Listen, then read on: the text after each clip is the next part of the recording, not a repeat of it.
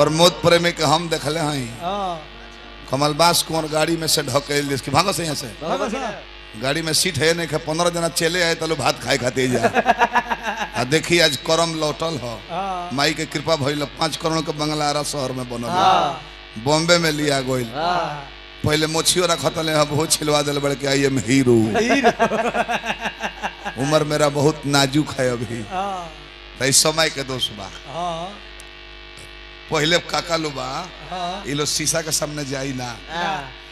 चलियो जो है तो अपन मोढ़ा देखे हैं गर्दन पर मांस कतना बा एक घड़ी लड़का लोग के देखता नहीं चिकना चिकना बताई हुका मुँह छिलवा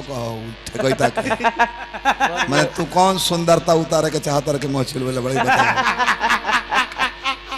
हम मुँह छिलवा के शीशा के सामने ही निकल रहा कि गर्दन पर मांस कतना बा ये देखता रहे कि माय गॉड मैं लेडीज जैसा लग रही हूँ कि नहीं पहलवानी तो चल गई हटिए गई एक घड़ी जिम करता लू पहले कुश्ती लड़ा जो पहलवानी होत रहे एक घड़ी जिम करता लो तो वैज्ञानिकों बड़े सोचा लाख नू कह कि साइकिल से चल जा मामा की यहाँ तो जाए में लाइन लगता कि मोटरसाइकिल से जाए जो पेट उट निकल जाता